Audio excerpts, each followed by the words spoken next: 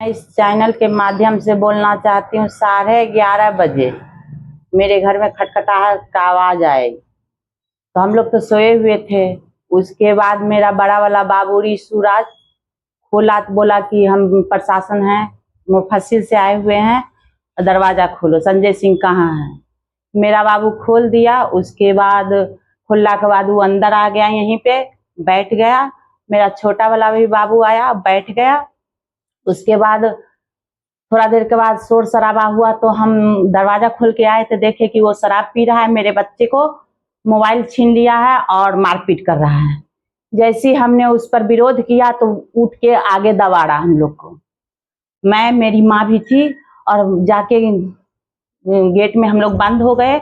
उसके बाद वो पूरा गेट तोड़ने की कोशिश किया और 20 से 25 लात मारा है। उसके बाद हम लोग खोले नहीं, मेरा दोनों बाबू को मोबाइल जब्त कर लिया।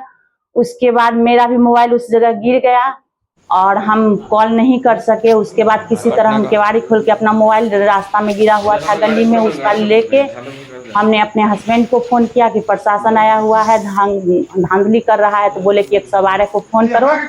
उसके बाद हम अंदर से आ ही नहीं पा रहे थे, मेरा दोनों बच्चा को मारपीट कर रहा था। उसके बाद हमने फोन किया अपने हस्बैंड को, बोला 112 की गाड़ी को फोन करो। फोन किए, उसके बाद वो लोग आए, उसके सामने अरेस्ट करवाए और रिक्वेस्ट किए हम कि इसको मशीन द्वारा जांच किया जाए, जो शराब पिया है, और ब्लड सैंपल लिया जाए। तो उसके बाद वो अरेस्ट करके ले गए। उसके बाद वहाँ से ले जाके ना वो शराब वाला चेक करवाए और ना तो ब्लड सैंपल लिए। 15 घंटा तक के बाद 6:15 बजे के शाम में हमको पता चला अगल बगल से कि वहाँ मेडिकल में वो भर्ती है। आखिरी 15 घंटा रहा कहाँ, किस बिल में था? थाना प्रभारी क्या कर रहे हैं? अन पब्लिक के साथ यदि शराब पी लेता है तो उसको मशीन तुरंत लगाया जाता है, उसके बाद उसको हाजत में बंद किया जाता है, उसके बाद सवेरे होकर उसको चालान होता है। इसके साथ क्यों नहीं हुआ? जब शराब बंदी है तो इसके लिए कोई कानून नहीं है, प्रशासन के लिए कोई कानून नहीं है, सिर्फ पब्लिक के लिए है। अर्धनग्न भी हो गया था जी, वो पूरा कपड़ा खोल के फेंक दिया, गंदा गंदा गाली दे रहा था, 50,000 रुपया दो नहीं तो सब जीव को जान मार देंगे। मेरा बेटा को 112 के सामने बहुत मारा है। 112 की टीम बोलेगा ना भाई कि मारा है कि नहीं, बहुत मारा है। 112 की टीम जाके थाना अध्यक्ष के सामने भी बोला है कि गुंडाई किया है वहां जाके। आप लोग आवेदन दिए, FIR दर्ज हुआ? हाँ दिए हैं। अब बड़ा बाबू अपने से मेरे हस्बैंड को फोन किए कि आप आवेदन भेजिए। मैं मेरे हस्बैंड नहीं थे तो नाबालिग है बच्चा, उसको भेजे तो उसका नाम दे दिया। मेरा बच्चा को तो फंसावल जा रहा है। उधर से क्या केस कर रहा है? उसका क्या कहना है? उसका कहना है कि मेरा सोना का चैन छीन लिया है और हमको दे दिया है पॉइजन। तो पॉइजन दिया है, 3 घंटा यहाँ ड्रामा किया। उस समय वो अचेत अवस्था में नहीं था। हमको थाना प्रभारी दिखावे, यदि अचेत अवस्था में यहाँ से गया है तो वहां तो होगा कैमरा, CCTV कैमरा थाना पे है ना। जो सिपाही था उसको पहले से आप लोग जानते थे? सिपाही नहीं, तो कैसे घर में आ गया? एकाएक धक्का दिया। हम थाना से आए हुए हैं, संजय सिंह कहाँ है? हम लोग को बोला मारपीट का। कौन थाना? मुफस्सिल थाना। तो फिर उसके बाद उन लोग जो केस किया, क्या किया है? वो केस किया कि हमको नशा दे दिया है, हमको चैन छीन लिया है, हमको बहुत मारा है। तो आएगा ना।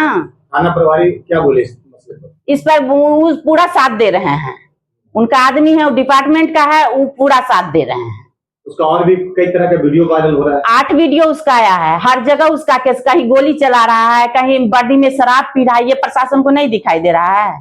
खुलेआम शराब पी रहा है, खुलेआम शराब वहां चल भी गया है वीडियो ना, प्रशासन को दे दिया गया है, थाना प्रभारी को भी वीडियो पहुंच चुका है। उसके बाद भी कार्रवाई नहीं हुई? कोई कार्रवाई नहीं हुआ है। यदि कार्रवाई नहीं होगी हम उच्च स्तर से इसका जांच करवाएंगे। IG DIG साहब से हमको भरोसा है कि जांच किया जाए।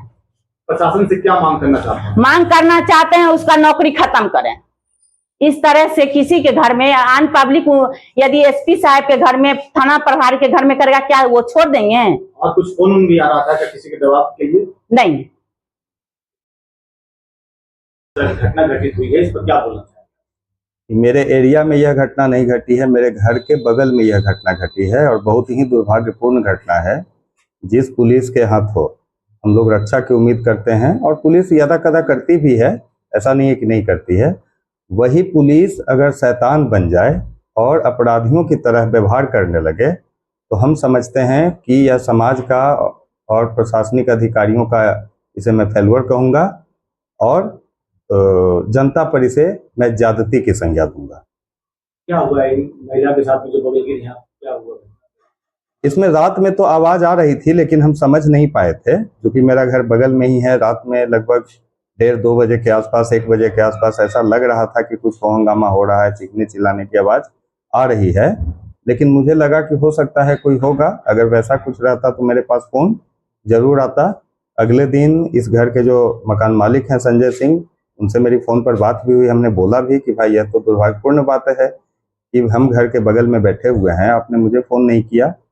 तो इन्होंने स्पष्ट रूप से बोला कि रात हो गई थी, इस कारण से आपको नींद में जगाना मैंने उचित नहीं समझा, और मेरी पत्नी के पास आपका नंबर नहीं था, नहीं तो आपको सूचना जरूर दिया जाता। क्या होना चाहिए जो जिस तरह से मैडम बताई कि इस तरह घटना घटित हुई, रात में घुसकर शराब पीना और उसका बदतमीजी करना, घर का दरवाजा तोड़ने की कोशिश करना, उसके बाद भी अभी तक, चूंकि आप एक सामाजिक कार्यकर्ता हैं, आप हमेशा आवाज उठाते आए हैं समाज के लिए, इसमें क्या आप मांग करना चाहिए? इसमें देखिए, जो लीगली कहता है, जो कानून और जो संविधान हमारा कहता है, एक आम व्यक्ति अगर शराब पिया हुआ पकड़ा जाए तो एक जो नियमानुसार होता है कि ब्रेथ एनालाइजर मशीन से उसकी जांच होती है। ज़्यादा अगर संदेह है पुष्टि के लिए ब्लड सैंपल भी उसका लिया जाता है, संबंधित जो भी प्राथमिक स्वास्थ्य केंद्र होते हैं या बगल के सरकारी अस्पताल होते हैं। तो अभी तक मैंने पूरे घटनाक्रम पर जो गौर किया है, तो इसमें मुफस्सिल थाना अध्यक्ष की भूमिका मुझे काफ़ी संदिग्ध नजर आ रही है। वो इस तरह से आप लोग भी समझ सकते हैं कि ब्रेथ एनालाइजर मशीन नहीं लगाया गया, 2:30 बजे के रात के आसपास की घटना है। अब सिपाही को, जो इसमें राजू कुमार सिंह है जो आरोपित सिपाही है, उसे घर के लोगों ने एक तरह से पकड़कर 112 के हवाले किया, उसका वीडियो वगैरह सामने आया है। और वैसी परिस्थिति में 112 की पुलिस ले जाती है उसे, और ले जाने के बाद एकाएक हम लोग जहां आशा कर रहे थे कि या तो वो थाने के हाजत में बंद रहेगा या फिर उस पर विभागीय जो कार्रवाई होती है, कार्रवाई करते हुए उसे जेल भेजा जाएगा, हम लोगों को सूचना मिलती है शाम में लगभग 5:30-6 बजे के आसपास कि वो तो मगध मेडिकल कॉलेज में भर्ती है और वहां अपना इलाज करवा रहा है, और वहीं पर उसको ब्रेथ एनालाइजर मशीन लगाया गया। लेकिन वो लगाया गया तब जब 14 से 15 घंटे बीत गए, जब नशा उतर गया। और मेडिकल टर्म्स जो कहता है कि कभी भी अल्कोहल की जो पुष्टि होती है तो वो कम से कम 10 से 12 घंटे के अंदर तक उसके पहले ही हो जाना चाहिए। और ये तो हम लोगों ने जो सुना, हम लोगों ने जो देखा वीडियो के माध्यम से कि घर के लोगों ने 112 को पकड़कर हवाले किया है, तो ये तो उसी समय देर हो जाना चाहिए था। तो आखिर इससे यही साबित होता है कि थाना अध्यक्ष ने इसे बचाने का भरपूर प्रयास किया, और इसका ब्लड सैंपल इसलिए नहीं लिया गया, ब्रेथ एनालाइजर मशीन से इसकी जांच इसलिए नहीं करवाई गई ताकि इसके शराब पीने की पुष्टि नहीं हो सके। इन्होंने पाप को छिपाने का, राजू कुमार सिंह के पाप को छिपाने का थाना अध्यक्ष ने भरपूर प्रयास किया है। लेकिन यह जो कहावत है कि पाप कभी छुपता नहीं है, यह पुष्टि हो गई अनगिनत जगह से कुछ वीडियो वायरल हुए, कुछ वीडियो प्राप्त हुए हम लोगों को, जिसमें यह कहीं शराब पी रहे हैं, यह किसी बालू माफिया के साथ मिलकर लोगों को गाली गलौज कर रहे हैं, कहीं पर कोई गोली चला रहा है असामाजिक तत्व भरी पब्लिक के बीच में, उसके साथ ये वर्दी पहनकर जो है उसका साथ देते नजर आ रहे हैं।